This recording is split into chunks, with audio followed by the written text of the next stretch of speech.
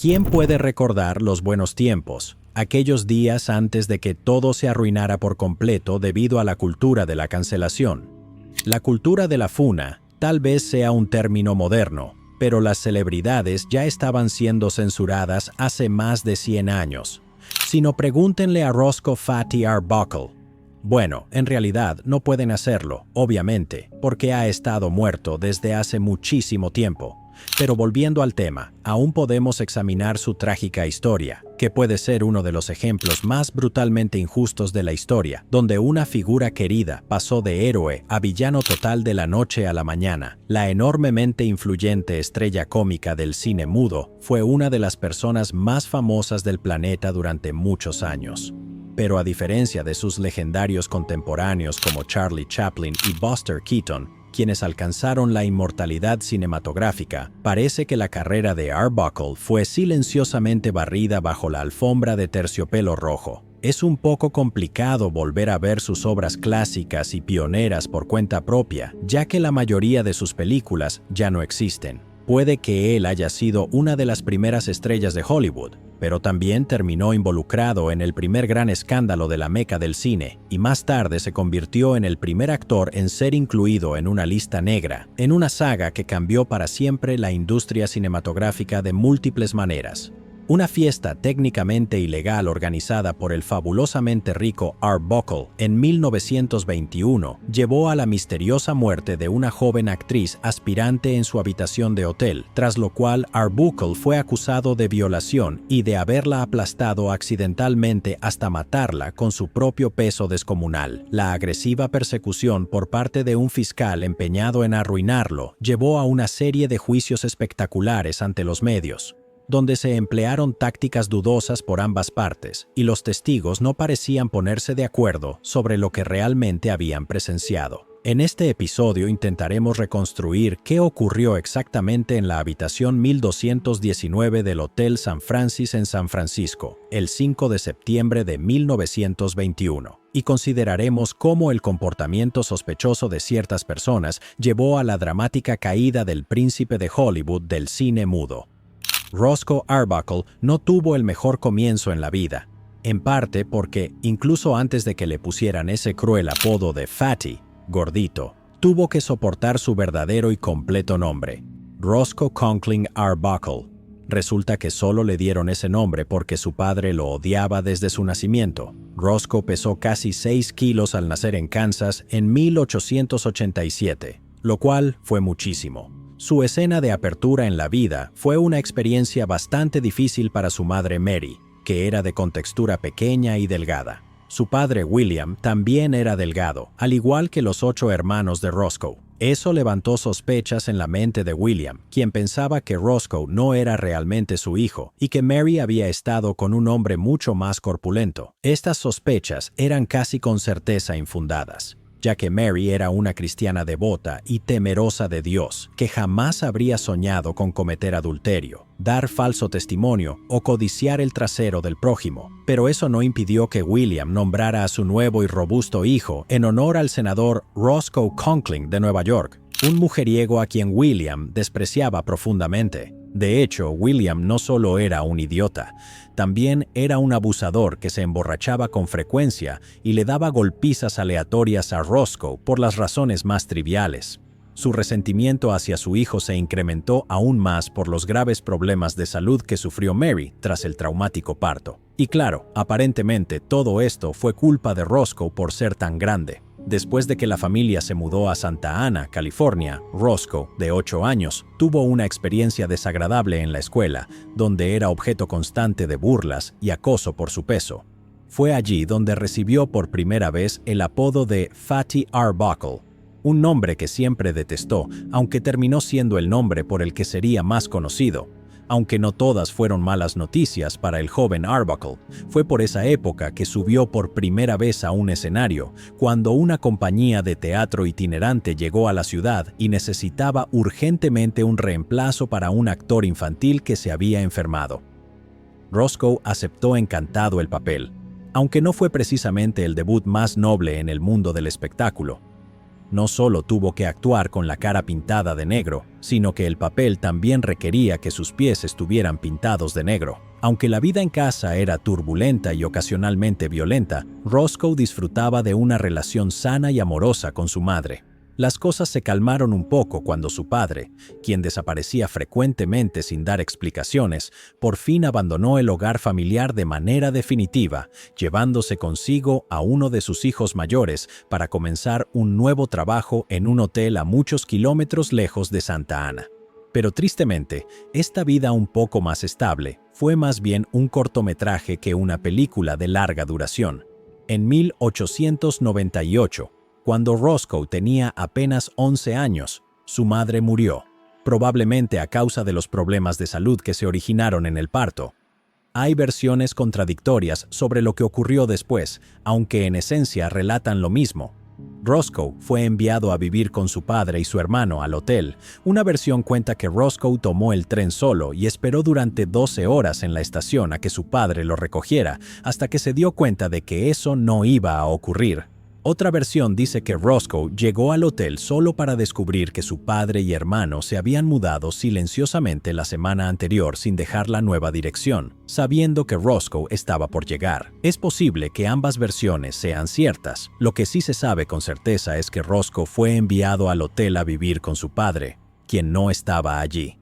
El personal del hotel se apiadó del niño huérfano y claramente destrozado, ahora sin hogar, y le ofreció alojamiento en una habitación diminuta. Algunos dicen que era un armario, aunque eso suena bastante a historia de Harry Potter, a cambio de que realizara trabajos ocasionales en el lugar. Dependiendo de cómo se lo mire, esto puede verse como un acto de enorme compasión por parte del personal del hotel o como un caso inquietante de trabajo infantil que hoy sería duramente criticado, pero al menos Roscoe Arbuckle ya no vivía en la calle y la vida estaba a punto de dar un giro para mejor. Muchos artistas parecen disfrutar contando historias extravagantes sobre cómo fueron descubiertos por accidente, como cantando en la ducha, o cómo su carrera despegó gracias a un giro inesperado del destino que ni siquiera estaba planeado. El ascenso a la fama de Fatty Arbuckle no es diferente. Aparentemente, Roscoe fue descubierto por accidente cuando un buscador de talentos se hospedó en el hotel y lo escuchó cantar para sí mismo mientras lustraba una perilla o algo por el estilo. Entonces lo animaron a participar en un estruendoso show de talentos local en el que los participantes eran juzgados por un público bastante duro. Si el acto gustaba, el público aplaudía, pero si no, comenzaban los abucheos y burlas y el participante era arrastrado sin contemplaciones fuera del escenario con un gancho de pastor. Roscoe intentó cantar y hacer algunas payasadas, pero su actuación no fue bien recibida y comenzó a ser blanco de gritos crueles.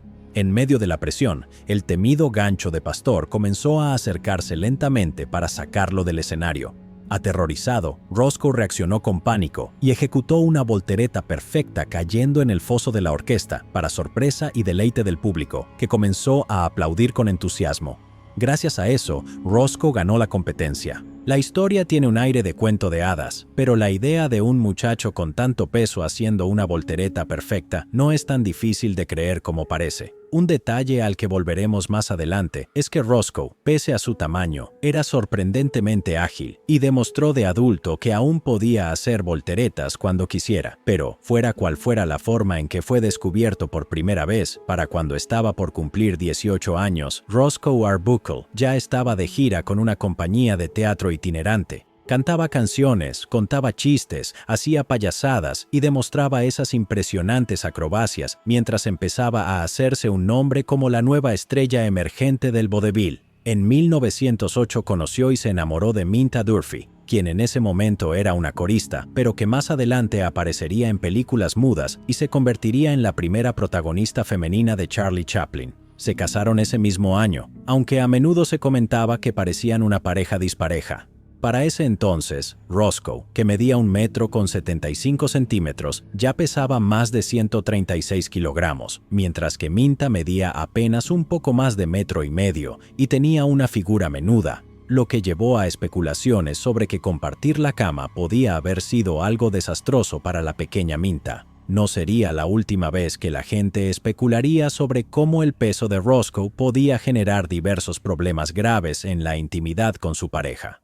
tras embarcarse en una extensa gira por China y Japón con la compañía de vaudeville en 1909. Roscoe dirigió su atención hacia la naciente industria cinematográfica al regresar a los Estados Unidos. Ese mismo año apareció por primera vez en pantalla en el cortometraje cómico de 10 minutos Ben's Kid, producido por la compañía Selig Polyscope.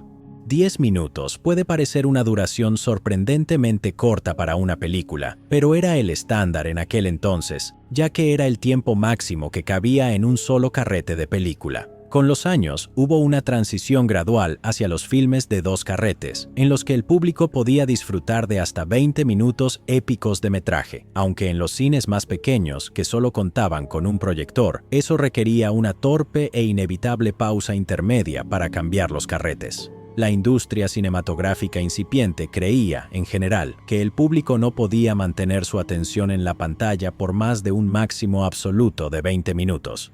Puede sonar algo ridículo hoy en día, cuando la gente logra sentarse a ver una película de El Señor de los Anillos sin salir corriendo a tomar aire.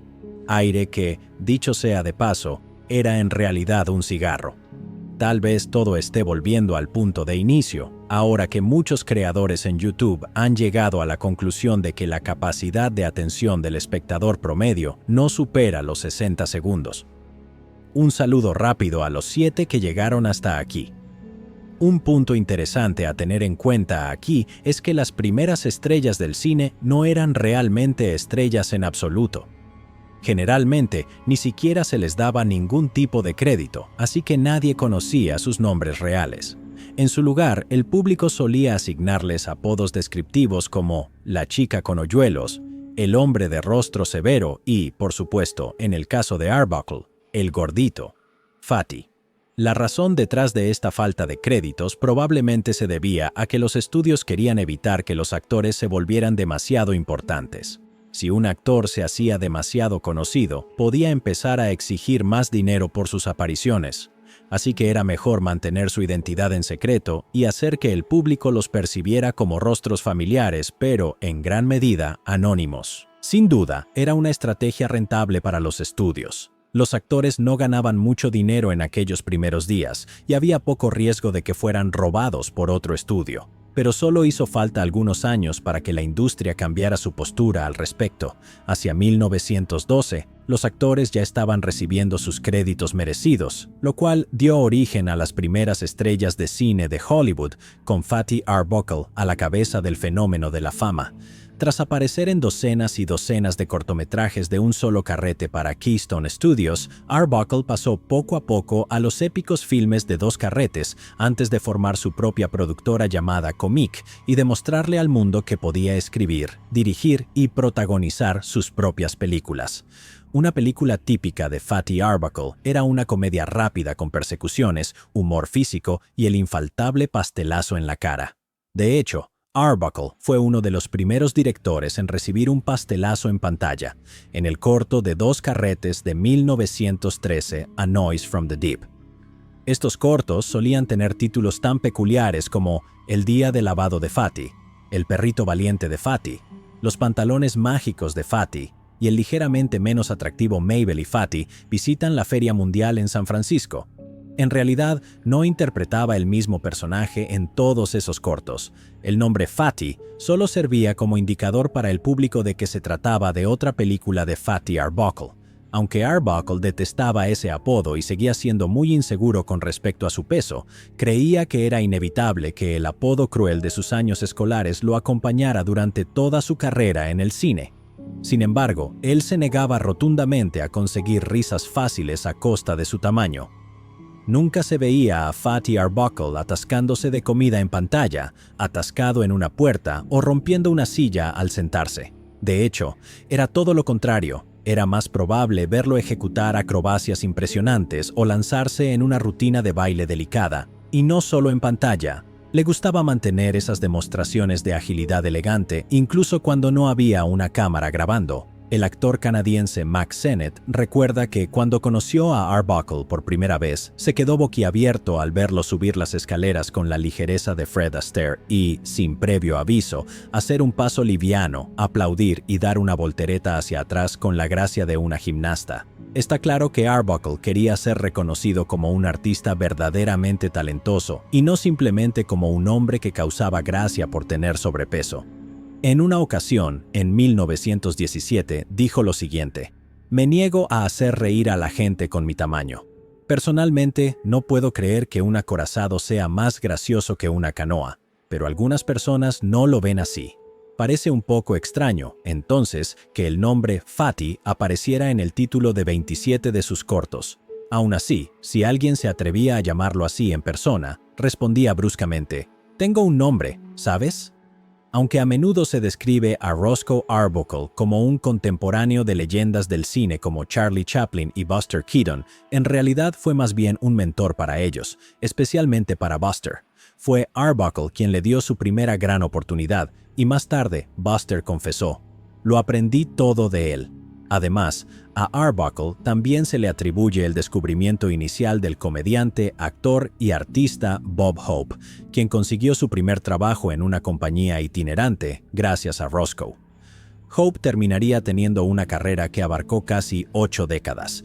Tal vez fue con Buster Keaton con quien Arbuckle tuvo la mayor química, ya que aparecieron juntos en unos 14 cortos y se convirtieron en grandes amigos.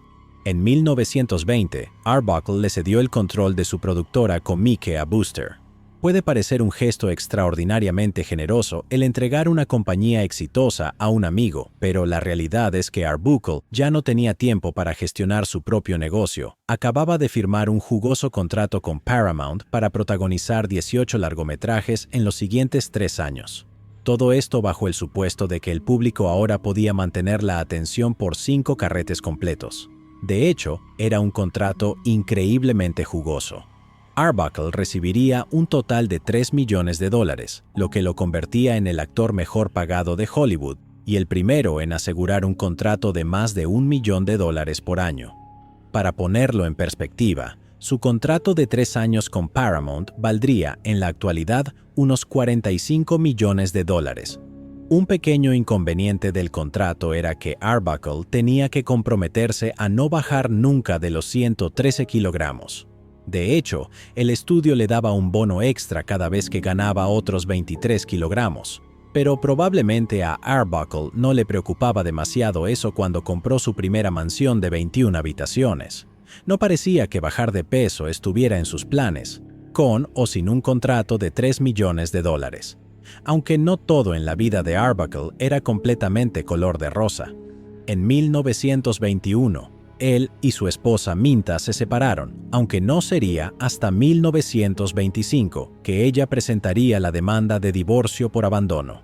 Arbuckle también estaba bebiendo en exceso, y la combinación de su alcoholismo con su peso lo llevó a desarrollar una infección bacteriana grave en la pierna. En un momento, se le advirtió que tal vez necesitaría una amputación por debajo de la rodilla para salvar su vida. Luego, logró superar la infección sin amputación, pero se dice que por un tiempo se volvió adicto a la morfina que le habían recetado. Aún así, su carrera nunca había estado mejor. A finales de 1921, había completado un agotador calendario de rodajes, en el que terminó 3 películas diferentes al mismo tiempo, saltando frecuentemente de un set a otro. Sin duda, merecía un breve descanso de celebración tras semejante hazaña, antes de comenzar a trabajar en su siguiente proyecto. Así que el 5 de septiembre, Roscoe Arbuckle decidió organizar una fiesta que terminaría con consecuencias horribles. Fue una fiesta a la que casi no asiste. Junto a sus amigos, el actor Lowell Sherman y el director Fred Fishback, Arbuckle decidió conducir hasta San Francisco y alquilar una suite completa de 3 habitaciones conectadas en el último piso del Hotel St. Francis, donde planificó una celebración de fin de semana. Justo antes de partir en su lujoso auto de turismo Pierce Arrow personalizado, Arbuckle recibió una invitación alternativa de su amigo Buster Keaton para pasar el fin de semana en su nuevo yate. Una invitación que, en retrospectiva, debió haber aceptado. Otro obstáculo potencial se presentó cuando Arbuckle decidió llevar su auto al taller antes del viaje. En una escena que fácilmente podría haber salido de uno de sus propios cortos cómicos, Arbuckle se sentó accidentalmente en un trapo empapado en ácido dentro del taller, lo cual quemó sus pantalones y le provocó quemaduras de segundo grado en ambos glúteos. Saltó y comenzó a corretear por el taller a causa del ardor.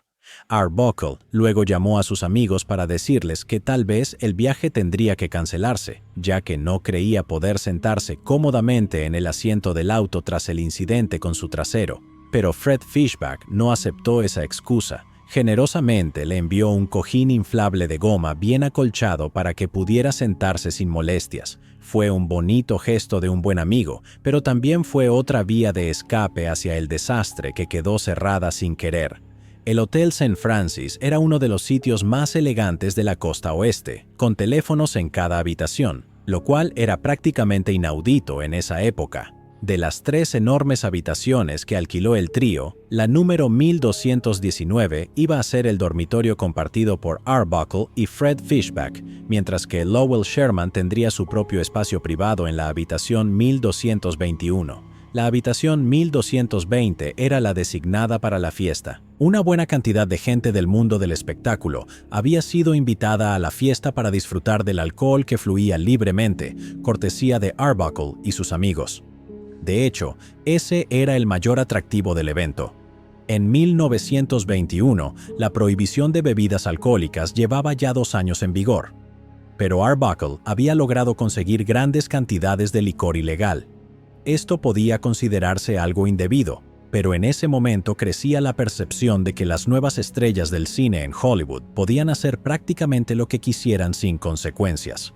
Parecía poco probable que la policía se atreviera a interrumpir una fiesta organizada por el ya legendario Fatty Arbuckle. Las estrellas de Hollywood estaban, dentro de ciertos límites, por encima de la ley. Y con todo ese licor clandestino disponible en la habitación 1220 del Hotel St. Francis, no sorprende que la fiesta atrajera a una variedad de invitados ansiosos por unirse a la celebración, y una de esas invitadas fue Virginia Rappe. No se sabe con certeza mucho sobre la vida de Virginia Rappe. Claro que se dijeron muchas cosas tras lo ocurrido, pero gran parte de eso fueron difamaciones sensacionalistas inventadas para denigrar su imagen. Como veremos más adelante, todo se volvió muy desagradable. Se ha dicho a menudo que Virginia era una actriz fracasada que había caído en desgracia y cuya vida comenzaba a desmoronarse, pero eso no parece haber sido cierto en absoluto. Originaria de Chicago, Virginia había tenido una carrera bastante exitosa como modelo y diseñadora de moda. Durante ese tiempo, se comprometió con el diseñador de vestuario Robert Moskowitz, quien luego falleció trágicamente en un accidente de auto. Posteriormente, entabló una relación duradera con un destacado director y productor de cine mudo, Henry Lerman, y fue en esa época que se anunció que había intentado abrirse paso en la industria cinematográfica. Aunque no había alcanzado el estatus de estrella, había aparecido principalmente en pequeños papeles no acreditados en cortometrajes, aunque tuvo un papel importante en la comedia romántica Paradise Garden de 1917. Pero eso no significa que hubiera renunciado a sus sueños.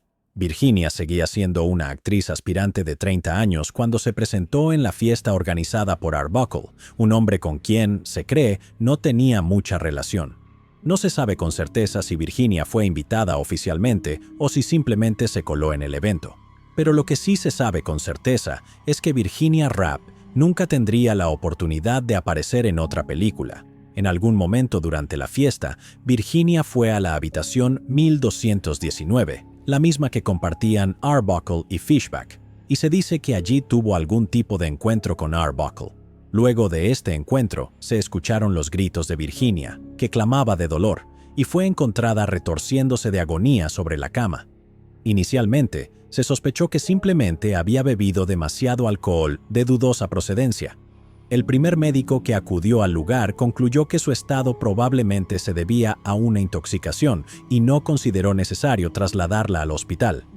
En su lugar, fue llevada a la habitación 1227 del hotel, donde permaneció un par de días, con los gastos cubiertos por Arbuckle. Pero la condición de Virginia empeoró drásticamente.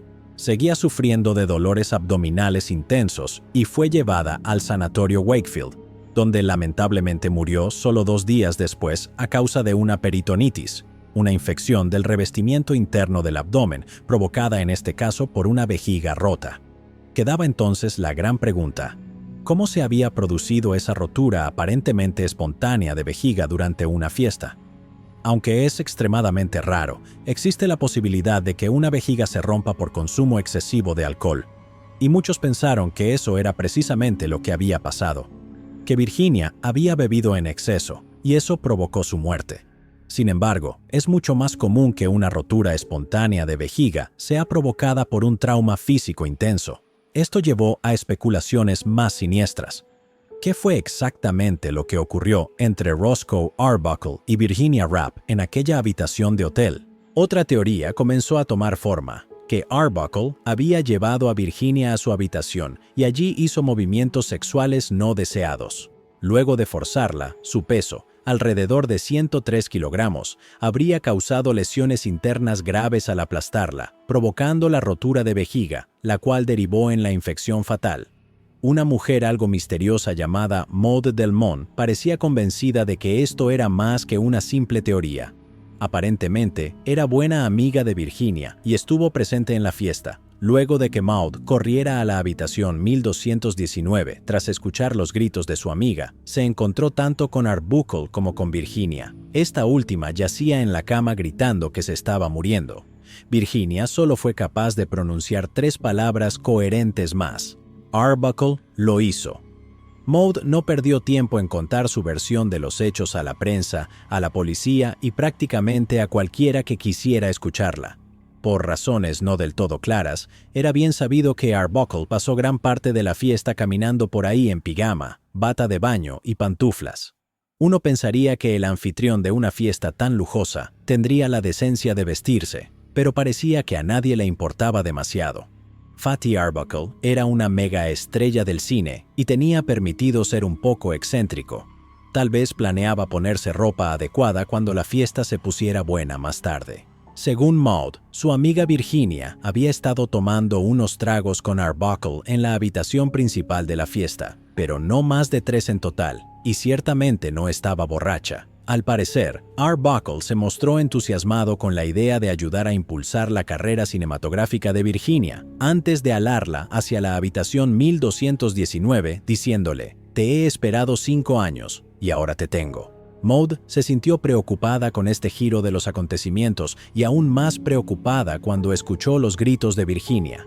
Asegura que corrió a la puerta de la habitación 1219, solo para encontrarla cerrada con llave. Luego de golpearla y patearla con furia, Arbuckle le abrió la puerta. Curiosamente, parecía estar de muy buen humor considerando todo el drama. Maud recuerda que él tenía una sonrisa ridícula en el rostro, aún vestido con su pijama y bata, pero se molestó por los ruidos que hacía Virginia.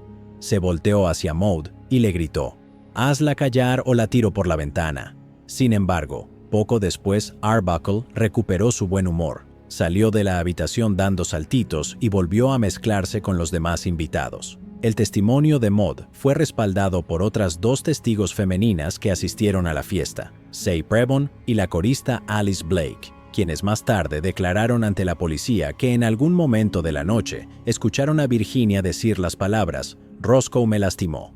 Se dice que Roscoe Arbuckle quedó bastante desconcertado cuando la policía se presentó en su casa de Los Ángeles el 9 de septiembre y le anunció que estaba bajo arresto por sospecha de violación y asesinato en primer grado. Según los reportes, al principio pensó que se trataba de una broma y respondió con una carcajada preguntando: «¿Y a quién se supone que maté?». Pero pronto se quedó en silencio cuando los oficiales le respondieron con el nombre de Virginia Rapp. Vale la pena mencionar que, en ese momento, Arbuckle quizá ni siquiera sabía que Virginia se había enfermado gravemente y que había sido llevada al hospital. Lo último que podría haber sabido era que ella aún se encontraba recuperándose de una fuerte resaca en una habitación del Hotel St. Francis, la cual él mismo estaba pagando. También hay que recordar cuál fue la defensa inicial de Arbuckle, que difería significativamente de la que luego presentaría en el juicio. Afirmó que Virginia había estado tomando unos tragos cuando de repente comenzó a quejarse de que no podía respirar y que después se puso histérica, desnudándose delante de todos. Según él, 2 de las otras invitadas la llevaron a la habitación 1219 para intentar calmarla, desvistiendo por completo a Virginia y colocándola en una tina con agua fría, mientras Arbuckle llamaba a un médico. En esta versión de los hechos, nunca hubo un momento en que Arbuckle y Virginia estuvieran solos. El fiscal del distrito de San Francisco, Matthew Brady, no quedó convencido. Tras escuchar las declaraciones de Maud Delmont y las otras dos testigos, parecía estar decidido a llevar a Roscoe Arbuckle a juicio. Brady comenzó haciendo públicas sus propias declaraciones a la prensa. La evidencia en mi poder demuestra de forma concluyente que se cometió una violación o intento de violación contra la señorita Rapp por parte de Roscoe Arbuckle. La evidencia muestra, sin lugar a dudas, que su vejiga fue rota por el peso del cuerpo de Arbuckle, ya sea durante una agresión sexual o un intento de cometerla. Luego se puso manos a la obra con el caso, mientras Roscoe Arbuckle era detenido sin derecho a fianza en la Corte de Justicia de San Francisco. Y Brady no estaba jugando. Quería ver a Arbuckle condenado por asesinato en primer grado, delito castigado con la pena de muerte. Matthew Brady estaba tan ansioso por avanzar rápidamente con la acusación que mucha de la evidencia crucial, como el resultado de la autopsia, ni siquiera estaba disponible todavía. Parecía pensar que el testimonio de su testigo estrella, Maud Delmont, junto con el de las otras dos invitadas a la fiesta, bastaría para enviar a Roscoe Arbuckle al patíbulo o a la silla eléctrica. Pero pronto se topó con un pequeño obstáculo respecto a su testigo estrella. Resulta que era tan confiable como un estado de cuenta bancario de un supuesto príncipe nigeriano. Las sospechas de Brady comenzaron cuando notó que Maud no podía mantener una versión coherente de los hechos. En una versión de su historia, apenas había bebido antes del incidente. En otra, ya se había tomado entre 8 y 10 tragos de whisky. En una versión, había sido amiga de toda la vida de Virginia Rapp. En otra, apenas la había conocido unos días antes de la fiesta.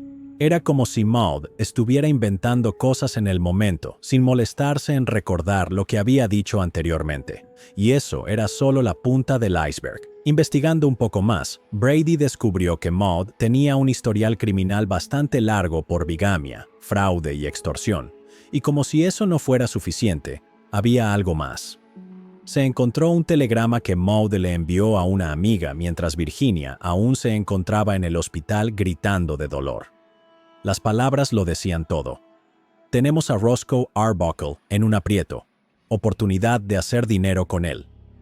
Brady sabía que no podía usar a Maud Delmont como testigo, y considerando que las acusaciones iniciales de Maud fueron el catalizador de todo esto, Brady debía saber que su caso se había desmoronado casi por completo, pero no iba a dejar que un detalle tan trivial se interpusiera en su acusación. Seguía empecinado en perseguir a Roscoe Arbuckle con toda su fuerza. Solo se puede especular por qué tenía tantas ganas de ver la cabeza de Arbuckle en una pica. Personas cercanas describían a Brady como un hombre ambicioso, despiadado y con un temperamento explosivo. Se ha sugerido que Brady tenía la mirada puesta en el cargo de gobernador de California y lograr una condena exitosa contra la mayor estrella de Hollywood podía elevar su perfil y darle credibilidad. Pero la decisión sobre si Roscoe Arbuckle debía ir a juicio recaía en manos del juez Sylvain Lazarus, y concluyó que Arbuckle sí debía ser juzgado, aunque por el cargo reducido de homicidio involuntario en lugar de asesinato en primer grado. Sin embargo, su razonamiento fue muy extraño. No encuentro evidencia de que el señor Arbuckle haya cometido o intentado cometer el delito de violación. Al tribunal se le ha presentado apenas un esbozo. El fiscal apenas ha expuesto los hechos suficientes para justificar que retenga al acusado por el cargo que se le imputa. Pero no estamos juzgando solo a Roscoe Arbuckle, no estamos juzgando a la celebridad del cine que ha brindado alegría y placer a todo el mundo. En realidad, caballeros, nos estamos juzgando a nosotros mismos, estamos juzgando nuestra moral contemporánea, nuestras condiciones sociales actuales, nuestra falta de rigor en el pensamiento y nuestro desequilibrio social. La cuestión aquí es realmente mayor que la culpabilidad o inocencia de este pobre hombre desafortunado. El asunto es universal y surge de condiciones que son tema de comentario, notoriedad y preocupación para todo verdadero amante y defensor de nuestras instituciones estadounidenses. He decidido retenerlo bajo el cargo de homicidio involuntario. Primer punto importante que debe destacarse aquí. Contrario a lo que muchas veces se informa, Roscoe Arbuckle nunca fue acusado formalmente de violación. Segundo punto importante, todos parecen haber perdido la cabeza en su proceso de toma de decisiones. Matthew Brady estaba persiguiendo una acusación basada en los dichos de una conocida extorsionadora que no podía mantener su historia coherente y que ya había manifestado su intención de sacar dinero de Arbuckle. Aparte de las otras dos invitadas que luego dijeron haber escuchado a Virginia decir que Roscoe la había lastimado, no había más pruebas con las cuales sostener el caso. El juez Lazarus parecía estar de acuerdo en que el caso de la fiscalía era desastroso y que Arbuckle ni siquiera merecía estar detenido, y aún así llegó a la extrañísima conclusión de que Arbuckle debía estar en el banquillo mientras el tribunal reflexiona sobre la moral moderna y el desequilibrio social de la época. Mientras tanto, sentado en su celda, contemplando su destino, Arbuckle quizás encontraba algo de consuelo en que el cargo se hubiera reducido a uno que no implicaba la posibilidad de ejecución por parte del Estado. Tal vez también pensó en cómo habría sido ese fin de semana en yate con Buster Keaton. Por supuesto, todo esto acaparó los titulares, y eso es decir poco.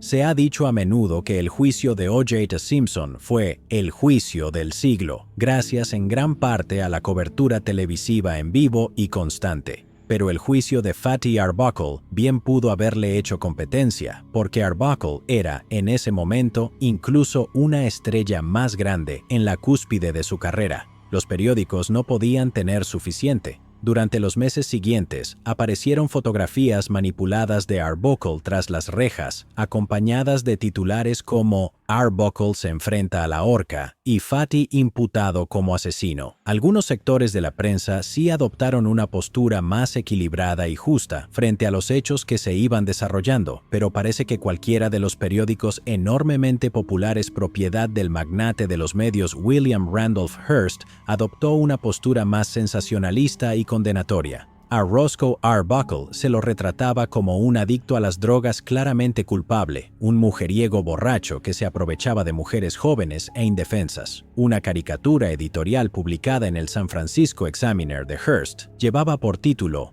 Ellas entraron a su habitación y mostraba a Arbuckle en el centro de una telaraña, bebiendo de 2 botellas de licor y contemplando a 7 mujeres atrapadas en su red. Uno podría pensar que William Randolph Hearst era otro individuo que simplemente tenía algo personal contra Arbuckle, pero en realidad parecía estar más interesado en vender periódicos, y lo logró. Cada vez que aparecía otra historia sensacionalista sobre Arbuckle en la portada, las ventas se disparaban. Como el propio Hearst observó, vendí más periódicos durante los juicios de Arbuckle que cuando se hundió el Lusitania. Pero sus periódicos se pasaron muchísimo de la raya. No vamos a detenernos demasiado en ello, pero suele reportarse incorrectamente que Arbuckle tuvo que defenderse en el tribunal de una acusación según la cual, justo antes de aplastar accidentalmente a Virginia Rapp hasta causarle la muerte, la había agredido sexualmente con un trozo de hielo. Luego, ese trozo de hielo se transformó en una botella de refresco y después en una botella de champán. Nada de eso es cierto. La historia se originó en uno de los periódicos de Hearst y posiblemente fue una versión retorcida de un momento real en que algunos invitados de la fiesta le frotaron hielo en el abdomen a Virginia para calmarla y bajarle la temperatura. Pero, aunque esta acusación aparece constantemente asociada a los juicios de Roscoe Arbuckle, jamás existió fuera del delirio creado por la maquinaria de William Randolph Hearst para vender aún más periódicos. Roscoe Arbuckle sí recibió algo de apoyo por parte de familiares y amistades, especialmente de su entonces exesposa, Minta Durfee, quien viajó desde la casa de su madre en California para asistir al primer juicio y posar para fotos a su lado, mostrándole fidelidad. Los ejecutivos de los estudios aparentemente advirtieron a los actores que no hablaran públicamente en defensa de Arbuckle, ya que la industria cinematográfica deseaba evitar cualquier asociación adicional con este que fue el primer gran escándalo de Hollywood. Todas las películas de Arbuckle ya habían sido efectivamente prohibidas en las salas de cine, aunque se esperaba que el veto se levantara en caso de que fuera declarado inocente. Parece que la mayoría de los actores obedecieron el pedido de los estudios de mantenerse en silencio, probablemente por miedo a ser reprendidos o a arruinar sus propias carreras. y quizás no les resultaba tan difícil guardar silencio durante la era del cine mudo, ya que ya estaban bastante acostumbrados a eso. Pero Buster Keaton y Charlie Chaplin fueron lo suficientemente valientes como para desafiar esa instrucción y hablaron con la prensa en apoyo a Arbuckle. No solo eran buenos amigos del actor, sino que también sabían que ambos eran capaces de atraer multitudes tan grandes que ningún estudio en su sano juicio se atrevería a despedirlos. Chaplin no dudó en decirle a la prensa: «Conozco a Roscoe como un tipo afable, relajado, incapaz de hacerle daño a una mosca». Una gran parte del público general parecía coincidir con ese sentimiento, quizá porque les resultaba imposible imaginar que el simpático y cómico actor regordete de la pantalla de plata pudiera ser responsable de la muerte de una mujer inocente. Pero no todos estaban convencidos de la inocencia de Arbuckle, y no todos estaban dispuestos a esperar un veredicto. Igual que William Randolph Hearst, algunos lo condenaron incluso antes de que comenzara el juicio. Antes de que el proceso principal se pusiera en marcha, cientos de mujeres se reunieron frente al Palacio de Justicia de San Francisco para protestar contra la aceptación de la conducta sexual indebida en la sociedad y exigieron que Roscoe Arbuckle respondiera por sus malvados actos. Fue en este contexto de fuerte condena pública que Roscoe Arbuckle se presentó en la corte de la ciudad el 14 de noviembre de 1921 para defender su nombre. Desde el inicio iba a ser complicado tratar con un caso en el que la mayoría de los testigos estaban completamente borrachos con alcohol ilegal y en el que los relatos y declaraciones cambiaban constantemente entre todos los involucrados, especialmente del propio Roscoe Arbuckle, lo que resultó en un juicio profundamente confuso y caótico. Aún así, tal vez los expertos médicos y criminólogos no estuvieron completamente ebrios durante toda su participación en esta saga y lograron, al menos, mantener una versión coherente de los hechos. Pero cada vez que Matthew Brady parecía acertar un golpe certero con uno de sus testigos, los efectos se diluían rápidamente cuando ese mismo testigo enfrentaba el contrainterrogatorio del abogado defensor de Arbuckle, Gavin McNabb. Grace Holson era una enfermera local que había atendido a Virginia después de ser llevada al hospital. Durante su testimonio, Grace parecía mirar con furia a Arbuckle, convencida por completo de su culpabilidad. Le dijo a Brady que creía que Arbuckle había violado a Virginia, ya que tenía moretones en el cuerpo y sus órganos internos estaban desgarrados de una forma que sugería fuerza bruta. Pero bajo contrainterrogatorio, Grace admitió que era posible que los moretones hubieran sido causados por las pesadas joyas que Virginia llevaba puestas y que la ruptura de la vejiga pudo haber sido el resultado de una condición médica preexistente.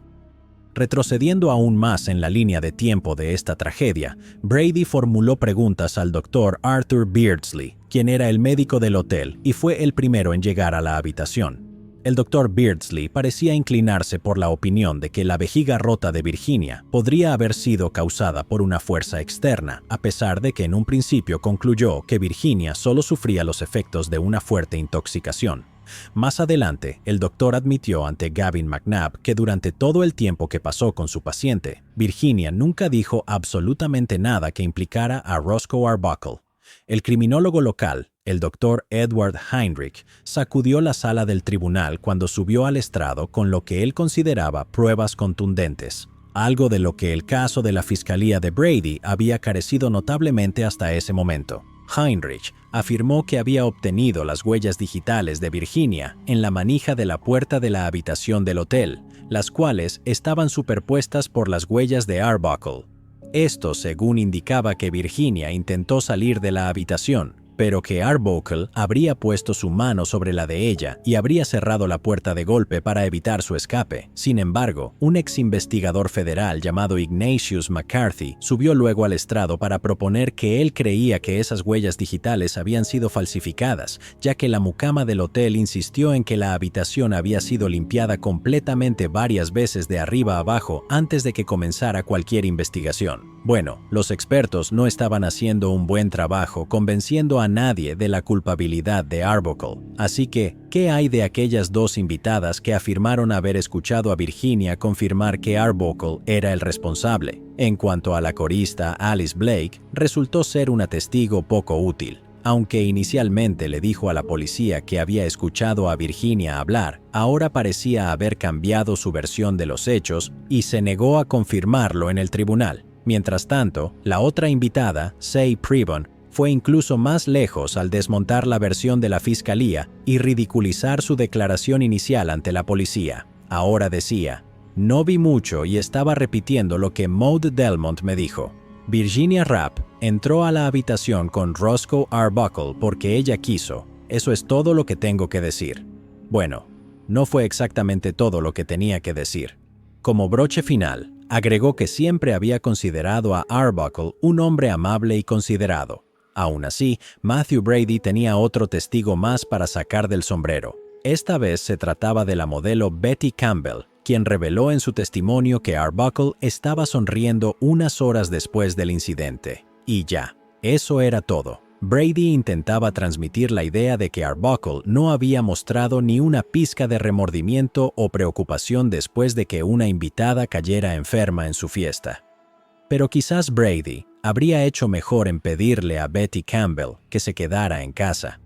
Más adelante, durante el contrainterrogatorio, Betty admitió que la fiscalía la había amenazado con enviarla a prisión si no cooperaba y testificaba en contra de Arbuckle. Hasta ese momento, Roscoe Arbuckle probablemente no estaba demasiado preocupado por el veredicto, ya que la fiscalía parecía tropezarse consigo misma a cada paso, como si estuviera ejecutando una rutina de comedia para el público en la sala del tribunal. El propio Arbuckle subió al estrado. Su testimonio duró más de 4 horas. Se mostró notablemente sereno y mesurado, aunque tal vez un poco cansado después de haber cambiado su lujoso estilo de vida de millonario por un par de meses tras las rejas. Pero lo curioso acerca de la defensa de Arbuckle es que su versión de los hechos había cambiado significativamente desde lo que originalmente le dijo a la policía y a la prensa.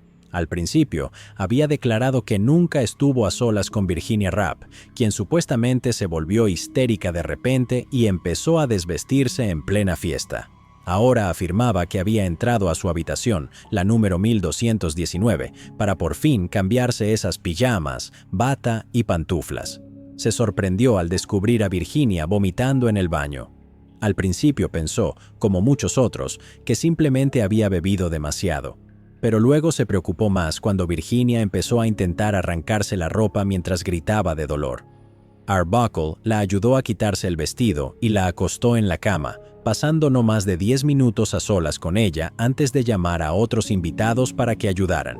Una de esas personas fue Maud Delmont, quien aplicó hielo en el estómago de Virginia para tratar de enfriarla. Pero parece que entonces Maud fue la que necesitó que la calmaran, ya que de repente se volvió muy confrontativa con Arbuckle, quien perdió la paciencia y amenazó con arrojar a Maud por la ventana si no se callaba. Se supone que debemos asumir que Arbuckle simplemente estaba irritado en un momento de tensión y que no tenía intención alguna de cumplir con su amenaza, pero aún así resulta un poco extraño admitir que amenazaste con arrojar a una mujer por la ventana de un hotel desde un piso alto mientras estás tratando de defenderte de una acusación de homicidio involuntario.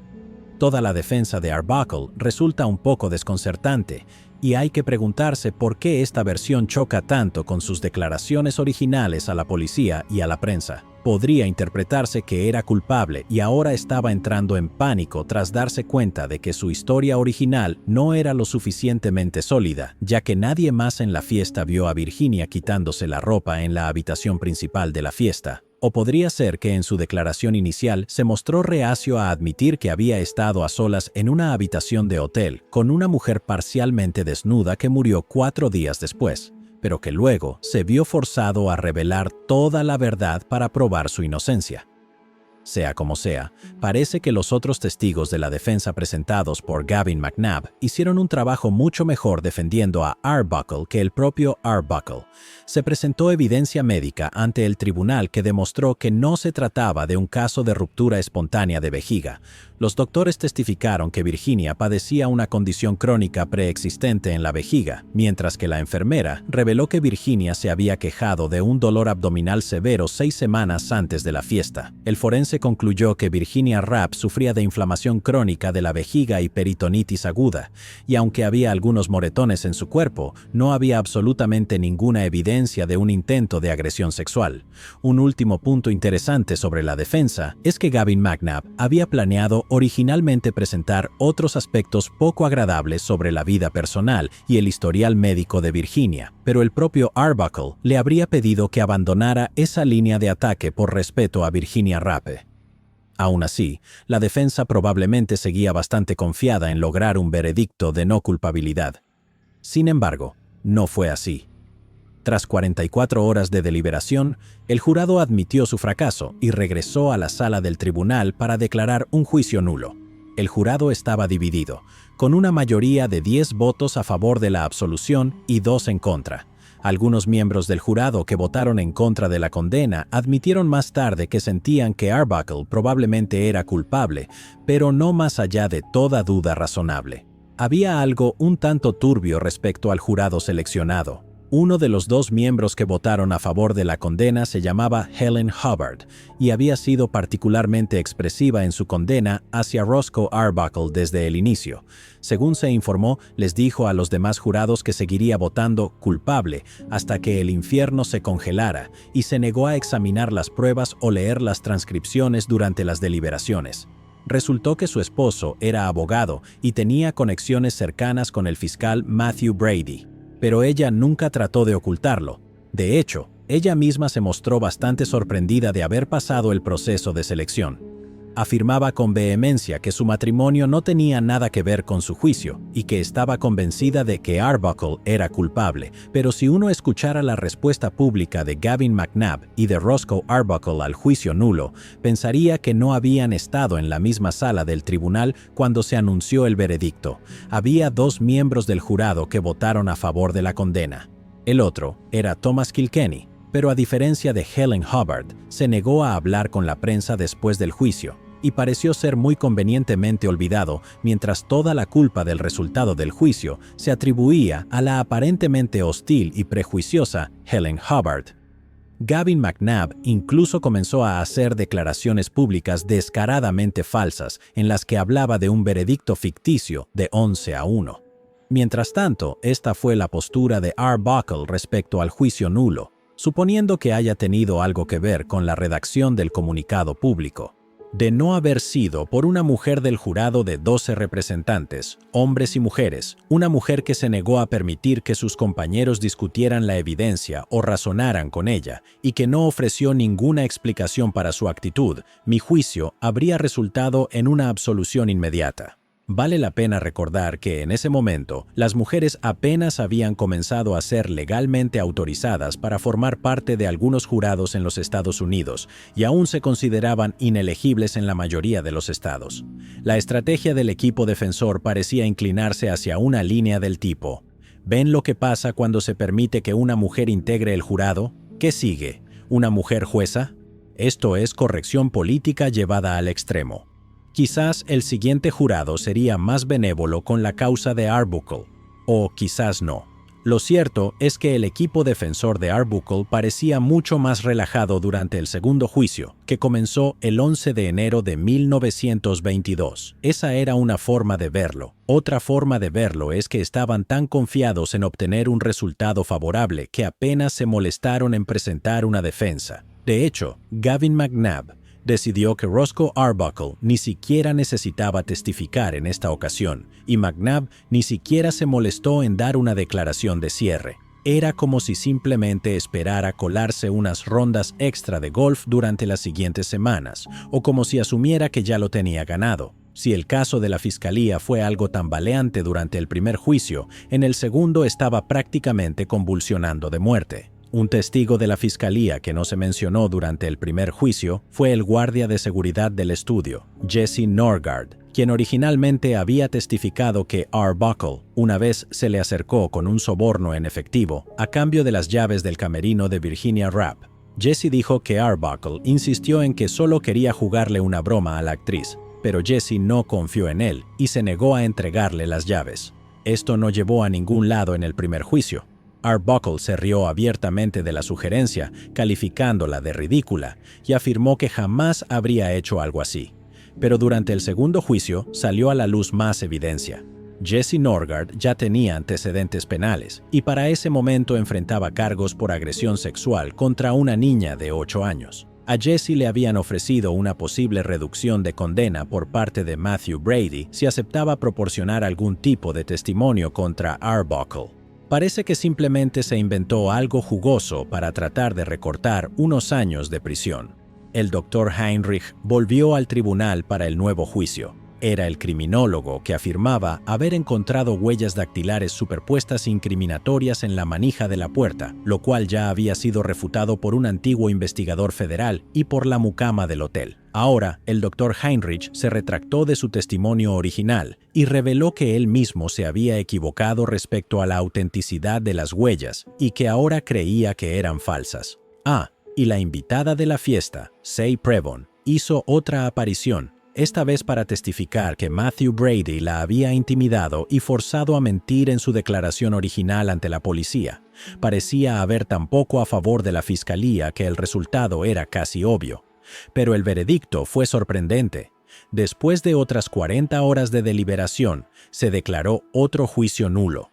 Una vez más, el jurado quedó estancado en una votación de 10-2, pero esta vez, la mayoría de 10 contra 2 fue, de forma bastante extraña, a favor de la condena de Roscoe Arbuckle.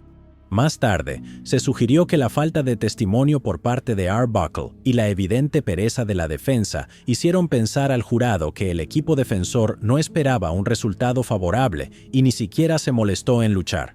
Así que, para el tercer juicio, que comenzó el 13 de marzo de 1922, ya no se guardaron nada. De hecho, se volvieron increíblemente desagradables. ¿Recuerdan cuando Arbuckle pidió que su equipo mostrara respeto por la fallecida y se abstuviera de hurgar en la vida privada de Virginia Rapp? Bueno, esa idea salió volando por la ventana de un hotel en la planta más alta. Gavin McNabb encontró testigos que afirmaron que Virginia solía beber en exceso en las fiestas, tenía la costumbre de desnudarse frente a los demás invitados y, horror, era conocida por ser sexualmente activa. También se insinuó que sus problemas de salud habían sido agravados por hasta 5 abortos clandestinos realizados desde que era una adolescente y que algunos de esos procedimientos ilegales podrían haber salido muy mal. Es sumamente importante destacar que no encontramos ni una sola prueba sólida que indicara que algo de esto fuera remotamente cierto. No existe evidencia médica que confirme que Virginia alguna vez haya tenido un aborto, pero Gavin McNabb fue despiadado en su determinación de retratar a la víctima como una exhibicionista promiscua, alcohólica y fuera de control, que se había buscado todo esto por sí misma. Hubiera sido agradable pensar que hubo otros factores que llevaron al jurado a tener una opinión más favorable de Arbuckle en esta tercera ocasión. Arbuckle dio un testimonio emotivo en el que volvió a proclamar su inocencia, y McNabb claramente despertó, presentó una defensa contundente y despedazó a los testigos de la fiscalía. Durante sus alegatos finales, McNabb expuso con pasión el absurdo de un caso que, según él, jamás debió haber llegado a juicio. Explicó cómo Matthew Brady había sido engañado por el testimonio de una conocida extorsionista, descrita como la testigo denunciante que nunca fue testigo, y luego había construido su caso presionando e intimidando a otros supuestos testigos para que hicieran declaraciones falsas. La fiscalía realmente no tenía nada a lo que aferrarse esta vez, y el jurado lo sabía. Después de las prolongadas deliberaciones de los 2 primeros juicios, este tercer jurado tardó apenas 6 minutos en declarar su veredicto unánime. Roscoe Arbuckle no era culpable. Se dice que se tomaron 6 minutos para decidir, pero debieron pasar al menos 4 o 5 de esos minutos redactando una declaración que sirviera como disculpa oficial en nombre de los Estados Unidos por haber llevado a Arbuckle a juicio en primer lugar. Y considerando que el jurado podría haber estado corto de tiempo, seguro que Arbuckle habría estado más que feliz con algo breve y directo, algo así como «Lo sentimos, Fatty».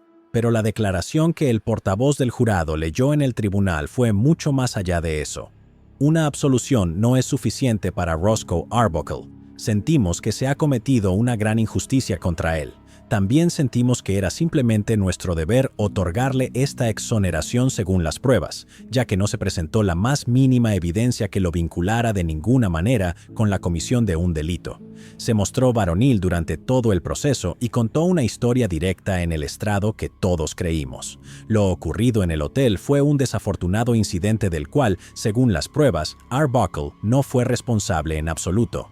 Le deseamos éxito y esperamos que el pueblo estadounidense acepte el juicio de 14 hombres y mujeres que escucharon durante 31 días las pruebas que demuestran que Roscoe Arbuckle es completamente inocente y libre de toda culpa.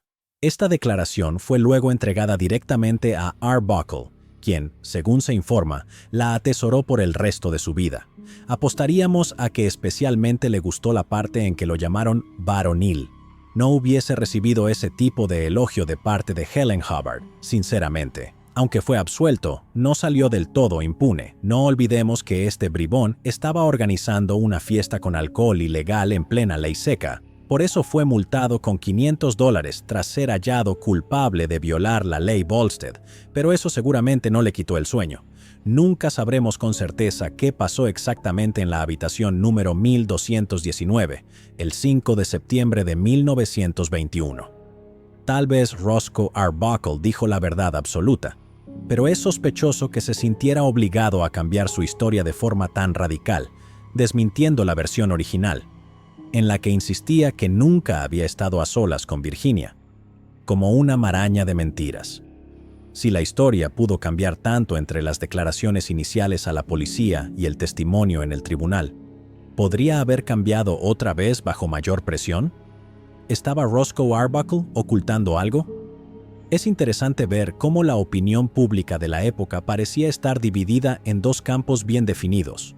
O Arbuckle era un depredador sexual responsable de la muerte de Virginia Rappe, o era un hombre que simplemente había entrado en su propia habitación mientras una invitada cayó enferma.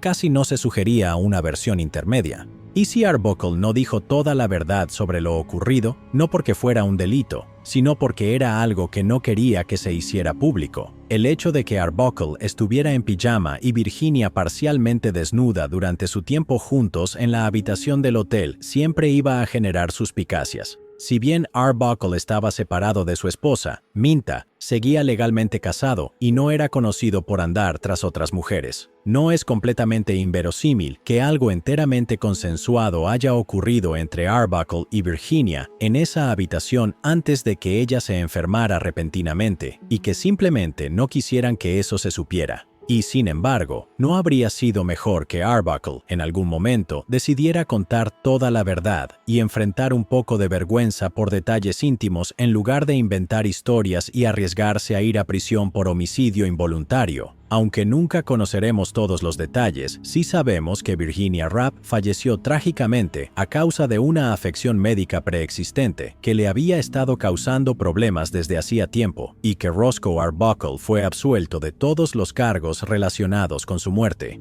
Ahora estaba en libertad para continuar con el siguiente capítulo de su carrera cinematográfica. Sin embargo, la carrera de una de las estrellas más famosas del cine mudo estaba a punto de entrar en una etapa particularmente silenciosa. Arbuckle no estaba precisamente nadando en dinero cuando terminaron los juicios. Su jugoso contrato de $3 millones con Paramount había sido rescindido, y tuvo que vender su mansión y sus autos para pagar los honorarios legales que ascendían a $700,000. Eso equivale a casi $12 millones en la actualidad. Uno pensaría que Gavin McNabb, su abogado, podría haberle ofrecido al menos un descuento compensatorio por prácticamente haberse dormido durante el segundo juicio. Arbuckle tenía muchas ganas de volver al trabajo y recuperar sus ingresos, pero a pesar de haber sido absuelto, descubrió que sus viejas películas seguían prohibidas y que se había convertido en la primera estrella de Hollywood en ser incluida en una lista negra por la industria. Hollywood había sido sacudido por el escándalo y empezaba a circular una sensación general de que la máscara del glamour de Tinseltown se había caído, revelando un trasfondo oscuro de fiestas salvajes, desenfreno, alcohol ilegal y adulterio. Grupos de protesta comenzaron a sugerir que la industria, aún completamente desregulada, estaba construida sobre una base de inmoralidad y que los estudios tenían vía libre para producir material corrupto sin temor a restricciones o censura de ningún tipo. Mirando atrás, resulta curioso pensar que, mucho antes de que existieran las clasificaciones por edades para las películas, un niño podía, técnicamente, entrar a una sala de cine a ver material para adultos. En ese contexto, las voces de Hollywood comenzaron a inquietarse ante la posibilidad de que el gobierno estadounidense interviniera e impusiera regulaciones estrictas sobre esta joven industria. Así que, como una medida preventiva, los grandes nombres de la industria se unieron para formar una nueva organización, la Asociación de Productores y Distribuidores de Películas de América. Pusieron al frente al exdirector del Servicio Postal, William H. Hayes. La idea era que Hayes limpiaría las esquinas oscuras de un Hollywood que ahora se autorregularía, evitando así la necesidad de intervención nacional. La posterior introducción del conjunto de normas conocido como el Código Hayes fue un hito crucial en la industria cinematográfica, marcando el fin de la era prenormativa y el inicio de una nueva etapa en la que los estudios ya no podrían producir cualquier cosa sin consecuencias. Pero uno de los primeros actos de Hayes como cabeza de la nueva organización, acto que cambiaría el panorama del cine para siempre, fue prohibir la proyección de todas las películas antiguas de Roscoe Arbuckle, y también se le prohibió aparecer en cualquier película nueva. Esto era una ejecución pública de su carrera, llevada a cabo claramente al servicio de los magnates de los estudios que habían colocado a William H. Hayes al frente de la organización para que hiciera exactamente lo que ellos querían. Aunque Arbuckle había sido absuelto apenas 10 días antes de este anuncio, Hayes recordaría más tarde en su autobiografía que los estudios sentían que el escándalo había manchado a toda la industria y que Arbuckle debía ser arrojado bajo el autobús para desviar cualquier especulación adicional sobre lo que otras estrellas de cine adineradas podían estar haciendo en su tiempo libre. No había lugar para el tóxico Arbuckle en este nuevo Hollywood impoluto, aunque hubiera sido declarado inocente. Esta es, en parte, la razón por la cual las cientos de películas de Roscoe Arbuckle ya no existen hoy. De por sí no se hacía un gran esfuerzo por preservar películas en los primeros años del cine, lo que ha llevado a que muchísimos clásicos del cine mudo se hayan perdido para siempre. Pero el catálogo restante de Arbuckle es especialmente escaso en comparación con el de sus contemporáneos, y esto podría deberse a que muchas de sus películas fueron prohibidas, quemadas o directamente tiradas a la basura al ser consideradas inútiles y sin valor por la prohibición. No ha sido borrado de la historia. Todavía se pueden ver películas restauradas de Fatty Arbuckle en DVD hoy en día, pero se estima que alrededor de la mitad de su vasta filmografía fue destruida. Aunque la prohibición puede parecer un castigo excesivo para un hombre inocente, en realidad solo duró 8 meses, hasta que William H. Hayes recapacitó y se atrevió a levantarla. Sin embargo, durante muchos años después, los cines seguían reacios a proyectar películas de Arbuckle, y el actor tuvo enormes dificultades para encontrar trabajo. Durante estos años de penuria profesional, su viejo amigo Buster Keaton ya había cerrado su antigua compañía, Comique, pero había fundado una nueva y más grande llamada Buster Keaton Comedies y accedió a darle a Arbuckle el 35% de todas las ganancias de la empresa para ayudarle a aliviar sus dificultades económicas. Pero incluso con ese apoyo, Arbuckle cayó en una profunda tristeza y volvió a refugiarse en el alcohol mientras su vida personal se desmoronaba al igual que su carrera. Más tarde, su esposa Minta Durfee solicitó el divorcio en 1925, aunque siguieron siendo buenos amigos. Ella comentó más tarde: Roscoe fue el ser humano más generoso que he conocido. Si tuviera que vivir mi vida otra vez, me casaría con el mismo hombre. Ese mismo año, Arbuckle contrajo matrimonio nuevamente, esta vez con la actriz Doris Dean, pero su alcoholismo arruinó la relación. Doris solicitó el divorcio apenas 3 años después, alegando abandono. Aunque Arbuckle logró obtener algunos papeles menores en cortometrajes durante los años 20, estaba muy lejos de los días en que era la estrella principal de largometrajes. Uno de los títulos en su perfil de IMDb durante este periodo lo resume todo. El antiguo protagonista de épicas de 5 rollos fue reducido a aparecer en el cortometraje perdido de 1927 Listen Lena, en el papel de hombre gordo con rostro estratégicamente cubierto, sin acreditar. Entre 1924 y 1932, Arbuckle tuvo algo más de éxito detrás de cámaras que delante de ellas, aunque el público del cine no era consciente de ello en ese momento. Trabajó como director en una serie de cortometrajes de bajo perfil bajo el seudónimo William Goodrich, una leve variación de su idea original Will Be Good, algo así como Seré Bueno, que sonaba más a promesa arrepentida que a nombre artístico. La actriz Louise Brooks recordaba haber sentido emoción al darse cuenta de que sería dirigida por la legendaria figura de Roscoe Arbuckle en el cortometraje cómico de 1931, Wendy Riley Goes to Hollywood, pero quedó algo decepcionada por su falta de energía en el set. Ella reveló: "No hizo ningún intento por dirigir esta película, simplemente se sentó en la silla del director como un hombre muerto". Sin embargo, para 1932, las cosas comenzaban a mejorar para Arbuckle, tanto en lo profesional como en lo personal. Después de dejar por fin la botella de whisky, contrajo matrimonio con su tercera esposa, la actriz Addie MacPhail, y la feliz pareja permaneció unida hasta el final de la vida de Roscoe.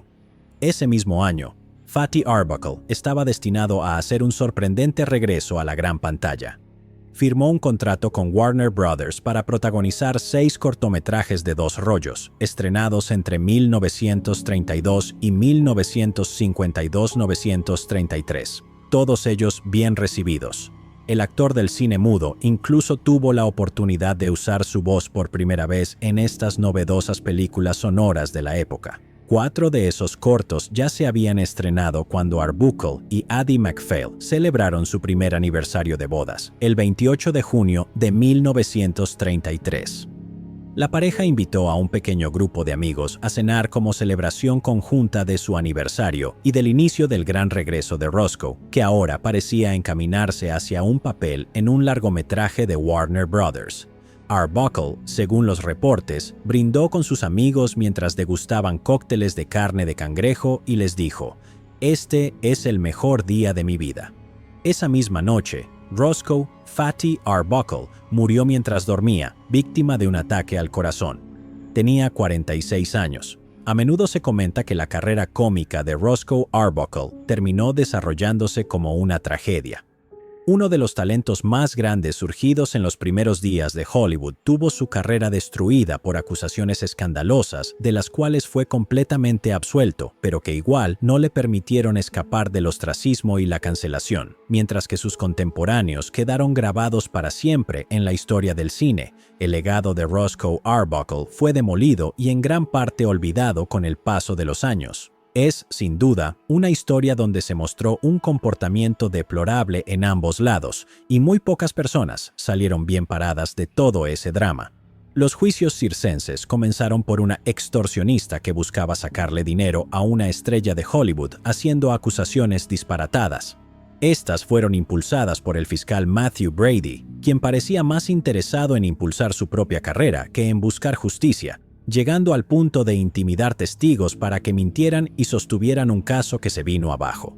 Por su parte, Roscoe Arbuckle dio versiones contradictorias sobre lo que ocurrió aquella noche, y luego ayudó a su equipo de defensa a promover una narrativa falsa en la que se culpaba completamente al jurado del primer juicio, y en especial a una jurado vengativa, después de que su abogado prácticamente se durmiera durante el segundo juicio. El equipo legal logró una absolución en el tercero, pero solo después de recurrir a una despiadada campaña de difamación contra Virginia Rappe.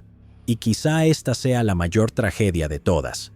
Virginia Rappe es una de las pocas figuras en esta historia que no hizo absolutamente nada malo, salvo enfermarse gravemente en el momento y lugar equivocados. Incluso años después de su muerte, todavía circulaban rumores de que era una alcohólica problemática, una oportunista caída en desgracia, que incluso habría propagado piojos en los estudios Keystone. No existe evidencia alguna que sugiera que era algo distinto a una joven talentosa y exitosa que intentaba forjarse una carrera en la industria cinematográfica. Pero tras perder la vida a causa de una condición médica extremadamente dolorosa, su nombre fue arrastrado por el lodo por la prensa sensacionalista, ávida de vender titulares, y por el equipo de defensa de Roscoe, dispuesto a todo con tal de salvar a su cliente. Ante los ojos de algunas personas, Virginia es cruelmente descartada como una aprovechada desesperada, culpable de haber tenido la osadía de enfermarse durante una fiesta y convertirse así en una molestia para una estrella de cine, como si todo hubiese sido su culpa por no haberse quedado en casa a morir sin hacer ruido. Desde la perspectiva de Roscoe Arbuckle, también hay muchos, si tan solo el juez Sylvain Lazarus y la policía no hubieran llevado el caso a juicio, pese a creer que probablemente era inocente. Si tan solo Roscoe no hubiese organizado una fiesta ilegal. Si hubiese aceptado, en cambio, la oferta de pasar un tranquilo fin de semana en yate con Buster Keaton. O si simplemente hubiese decidido quedarse en casa a descansar sus doloridas nalgas. Y mientras la reputación de una mujer fue vilmente destrozada tras su trágica muerte, también es razonable sentir cierta compasión por Roscoe Arbuckle, cuya carrera y legado se desintegraron como consecuencia de una fiesta que nunca debió celebrarse. Todavía hoy, algunas personas siguen considerando a Roscoe como el actor deshonrado que agredió sexualmente a una mujer con una botella de champán. Una manipulación mediática descarada muy distinta a la despedida que recibió de parte de alguien que sí lo conoció. Joseph Schenck, cofundador de 20th Century Fox, quien dijo: "Todos los que conocieron al verdadero Roscoe Arbuckle atesorarán por siempre el gran y generoso corazón de este hombre. La suya fue la tragedia de un hombre nacido para hacer reír al mundo y que solo recibió sufrimiento como recompensa, y hasta el final no guardó rencor alguno".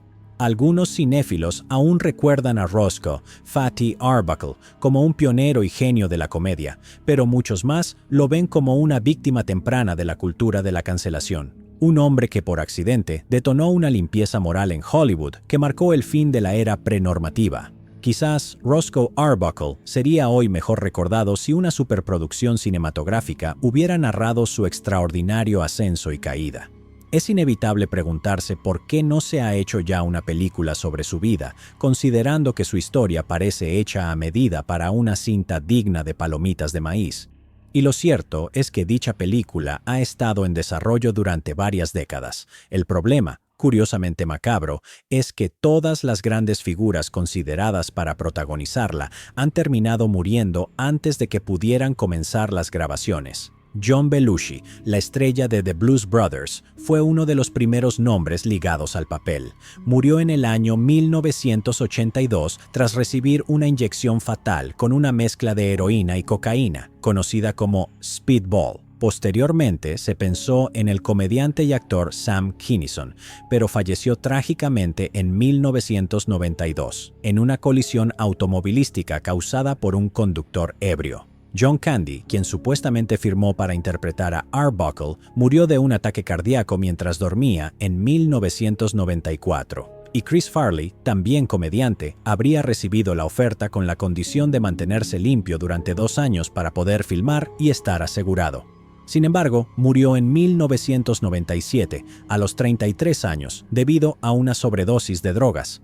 El hecho de que todos estos actores murieran tan repentinamente y poco tiempo después de ser asociados al proyecto ha alimentado la creencia de que la película está maldita y que el fantasma de Fatty Arbuckle impide su regreso a la pantalla. La explicación más probable es más mundana. Se necesita un tipo muy específico de actor para representar a Roscoe Arbuckle, tanto en físico como en carácter, y, siendo sinceros, no suele ser el tipo de actor que cuida su cuerpo como un templo, ni que tiene una membresía activa en un gimnasio. En muchos de estos casos, las muertes se explican mucho mejor por el abuso de sustancias y el exceso de pollo frito que por una maldición fantasmal. No obstante, el proyecto aparentemente sigue en desarrollo.